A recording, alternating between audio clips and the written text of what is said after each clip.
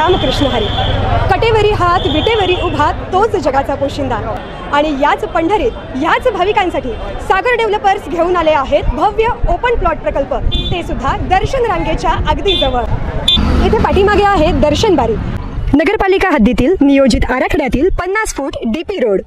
संपूर्ण प्रोजेक्टमध्ये अंतर्गत street lights, plot demarcation, plantation आणि प्रत्येक प्लॉटला स्वतंत्र नळ कनेक्शन. संपूर्ण प्रोजेक्टला तारेचे कंपाऊंड. ज्येष्ठ नागरिकांना बसण्यासाठी बेंचेस. चला तर मग आत्ताच बुक करा मठासाठी किंवा आपल्या हक्काच्या घरासाठी आपल्या हक्काचा प्लॉट, तेही अगदी माफक दरात.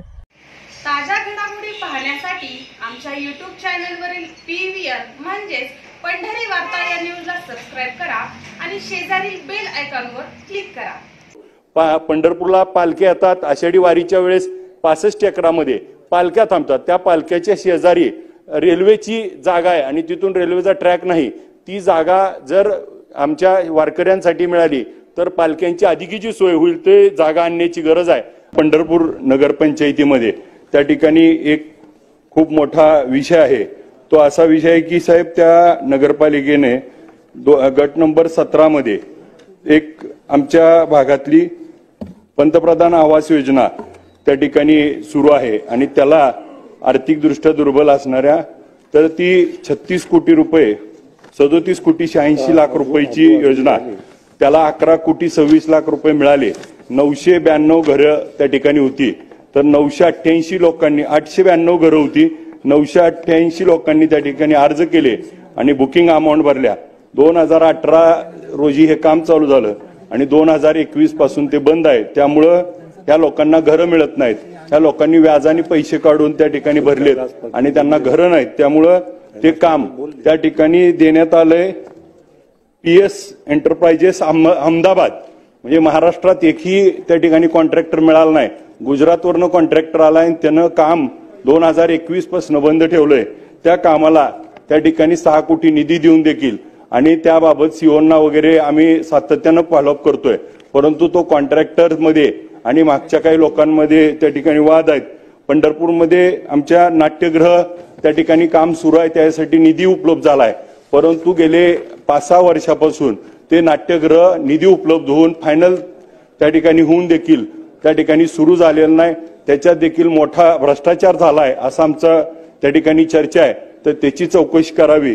आणि या मतदारसंघामध्ये आज प्रशांत मालक असतील, मी असेल, नक्कीच या मतदारसंघाचा 100% विकास झाल्याशिवाय आम्ही दोघंही शांत बसणार नाही, एवढंच ग्वाही या निमित्तानं आपल्या सगळ्यांना देतो.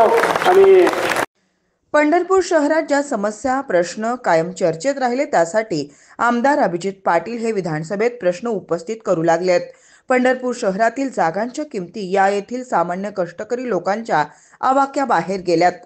पंढरपूर हे तीर्थक्षेत्र असल्यानं राज्यभरातील वारकरी भाविक एकत्र येत पैसा गोळा करीत पंढरीत आपल्याही गावचा मठ असावा, वारीस गेल्यावर निवासाची सोय व्हावी यासाठी चढ्या दरानं जागांची खरेदी करीत असल्यानं येथील स्थावर मालमत्तांचे दर पुण्या मुंबईशी स्पर्धा करीत असल्याचं दिसून आलंय. त्यामुळे शहराचा मूलनिवासी असलेल्या पंढरपूरकरांना आपल्या हक्काच्या घरासाठी मात्र शहर हद्दीपासून दूर अंतरावर एखादा गुंठा अर्धा गुंठा मिळतो का याचा शोध घ्यावा लागतोय. पंढरपूर नगरपालिकेने शहरात प्रधानमंत्री आवास योजनेच्या माध्यमातून जवळपास 3000 सदनिकांचा गृहप्रकल्प हाती घेतला. पहिल्या टप्प्यातील 922 सदनिकांसाठी सोडतही काढण्यात आली. अनेक नागरिकांनाही यासाठी पैसेही भरले, मात्र अपुरे आणि वादग्रस्त काम यामुळे मोठी नाराजी व्यक्त होताना दिसून आली. ठेकेदार आणि नगरपालिका प्रशासन यांच्यात वादाची ठिणगी पडली. त्यामुळे शहरातील नागरिकांचे घराचे स्वप्न मात्र भंग होण्याची स्थिती उद्भवली आहे आणि हीच बाब आमदार अभिजित पाटील यांनी थेट विधानसभेत मांडत याबाबत चौकशी करण्याची मागणी केली आहे. त्याचबरोबर पंढरपुरात सुसज्ज आणि भव्य नाट्यगृह असावे अशी मागणी मागील अनेक दशकापासून होत आलेली होती. 2016 मध्ये नमामि चंद्रभागा योजनेची घोषणा करतानाच पंढरीत भव्य नाम संकीर्तन सभागृह बांधण्यात येणार असल्याची घोषणा करण्यात आली. 2019 मध्ये कामाला सुरुवात झाली, मात्र शासनानं वेळोवेळी निधी उपलब्ध करून देऊनही नामसंकीर्तन सभागृहाचं काम अजूनही रखडलंय. या कामाचा पूर्वीचा ठेकेदार काम अर्धवट टाकून निघून गेला याचे अनेक किस्से शहरात चर्चेले जात आले आहेत.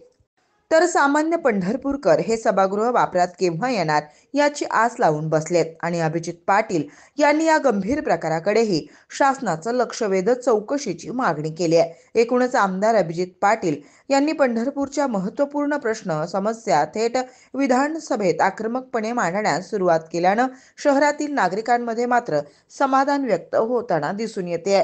आमदार आवताडे आणि आमदार अभिजित पाटील यांचे पक्ष वेगवेगळे असले तरी हे दोन्ही आमदार पुढील 5 वर्षात तीर्थक्षेत्र पंढरपूरचा कायापालट करण्यासाठी निश्चितपणे प्रभावी भूमिका बजावतील असंच म्हटलं जात असतानाच पंढरपूर नगरपालिकेच्या आगामी निवडणुका लक्षात घेता आमदार अभिजित पाटील हे पुढील काळात आणखी आक्रमकपणे पंढरपूर शहरातील समस्या प्रश्न याकडे राज्य शासनाचं लक्ष वेधणार असल्यानं आमदार आवताडे यांनाही तितक्याच दक्षतेने आणि तात्काळपणे तीर्थक्षेत्र पंढरीचे प्रश्न मांडावे लागणार आहेत असंच म्हटलं जातंय आणि यातूनच या दोन्ही आमदारांमध्ये पंढरपूरचे प्रश्न सोडवण्यासाठी जणू स्पर्धाच लागणार आहे असंच म्हणावं लागेल.